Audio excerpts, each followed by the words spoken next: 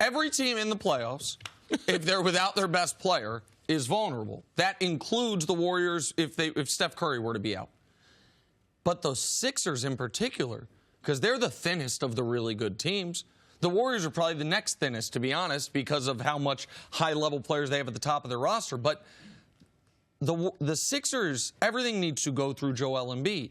And if we're being honest about Jimmy Butler as a Sixer, Jimmy Butler has not been all-star, fringe, all-NBA Jimmy Butler as a Sixer. He hasn't been that guy this year. Now, maybe he will be in the playoffs. Maybe he has just been deferring to Joel Embiid. But I can't just say, oh, with no Joel Embiid, we're going to start getting 27 a night from Jimmy Butler. I don't know that that's true. Now, I think they're being very cautious with him. He hurt this knee. If you remember, it was here in New York when he jumped over Regina King, right? Regina King the night before she won her Oscar, I think, or a couple nights before. And then he played in the All-Star game, missed 8 games afterwards, yes. And they've been cautious with him since. But I'm very curious to see, is this a little subterfuge by Elton Brand? Are you trying to maybe, trying to make the Nets have to prepare for one thing or the other? Or is Embiid really less than 100%? Because if the Sixers are going to do what they plan to do this postseason, it all runs through the best player on their team. If Joel Embiid is not 100%, this is the upset of the first round. All right, they play the first 5 games in 10 days. They start on the 13th. The 5th game is the 23rd. So in that, if he's nicked, you got 5 games. So you're basically playing every other night. So for me, looking at the series, looking at the matchups, and there are some good matchups in that first round in both the East and the West, this is the upset because I know, man, they'd have a hard time matching up with Brooklyn because they do have some depth. And if Brooklyn gets hot on the 3-point line, we know Philly's good for their defense, but no defense can stop a team once they get hot shooting the 3 ball. And if Joel Embiid is nicked up or not at 100%, man, this to me is the upset of the first round. What can't he do if he's not 100%? Where can you exploit that weakness if you know you're only getting 50, 60, 70%? He won't be as good defensively. He won't be. Do you remember the play? Was it who was it? Was it on Steph? I can't remember the play where the guy went underneath him and then he blocked it. Kyrie, thank you. It was on Kyrie. Oh yes, and the big Sixers Celtics matchup. Exactly right. The type of nimble athleticism that you don't typically see from a guy who's 7'1", 7'2", that's there. And I would wonder, can you play? One of the reasons I said I think Sixers will be fine with the short bench is in the playoffs, your rotation shortened. Your best guys play 36 to 40 minutes instead of 32 to 36 minutes.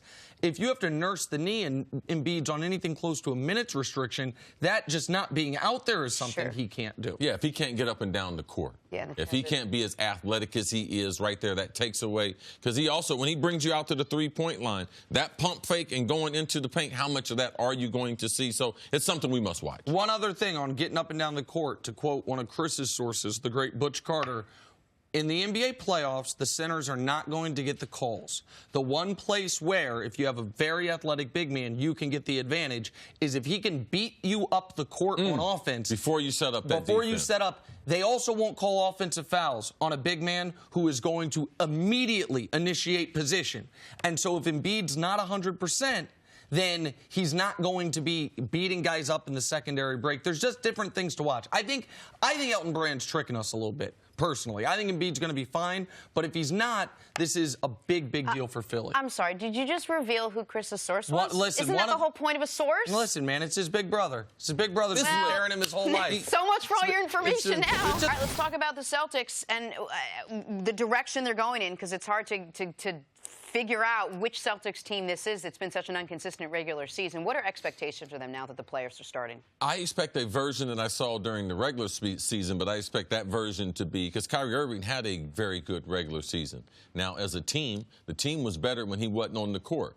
How do they adjust to Marcus Smart being out? They got a lineup change. I believe it helps them play at a faster pace. They're going to be longer. Now, from a defensive standpoint, Kyrie Irving's going to have to play better defense because without Marcus Smart out there, with him typically taking the toughest assignment in the backcourt, now the Pacers don't present a number of problems. With Victor Oladipo being out in the playoffs, they don't present that problem in the backcourt. But I expect Kyrie to try to be LeBron-ish, special, take over. Like, he had some times this year, now not in sync with his teammates, But, man, he took over quarters, took over games and everything. Now you're in the playoffs, and there's a lot more pressure on Kyrie than the other Celtics because his future is up in the air. So I expect immediately from game number 1, he comes out there on a mission, and I expect him to also, from an offensive standpoint, to be far more aggressive in this tighter rotation that I believe is going to help them because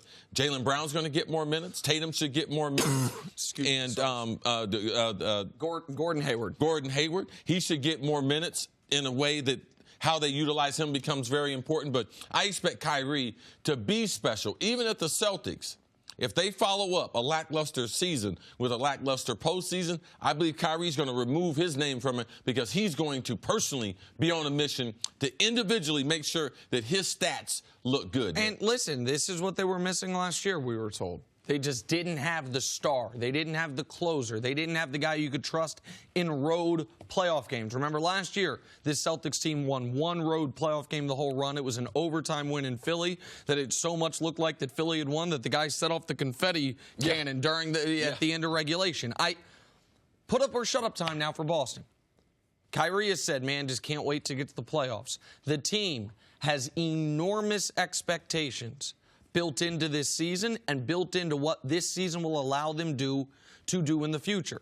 You do well in these playoffs. You convince Kyrie to stay. You use 3 of those potential 4 first-round picks you're going to have, plus Jason Tatum, to acquire Anthony Davis, and you go into next season as the big favorites in the Eastern Conference. Or this playoffs go the way this regular season has gone. You lose games you shouldn't lose. Guys are unhappy. You're all of a sudden in a game 7 with the Pacers, while Milwaukee's been off for a week after sweeping the Pistons, and Giannis goes and annihilates you in round 2 if you get there. In which case, Kyrie Irving's last day with the Boston Celtics will be sometime in late April, or the best case scenario, very early May. And that will make this a disastrous season. And there's no way around this. This is not last year where you had legit, not injury excuse, injury explanation. Those weren't excuses for the Celtics. They got injured. That wasn't on them. But this year, Marcus Smart is an important player for you, and he's the guy that guards Bojan Bogdanovic, and I get that.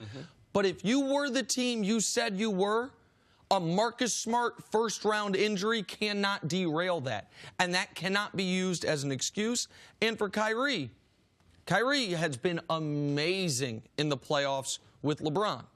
This is going to be his first playoff game without LeBron. It's going to be his first playoff game where he's the best player on a team. I'm excited for him. I think he's going to follow up his great regular season with a very good postseason, even if it's brief. But we've never seen it. We've got to see him do it as the man on a team in the playoffs. Thanks for watching. Subscribe here to get the latest from the show. Also, be sure to check out more of the best clips from First Things First, or go watch a few segments from our other shows on FS1.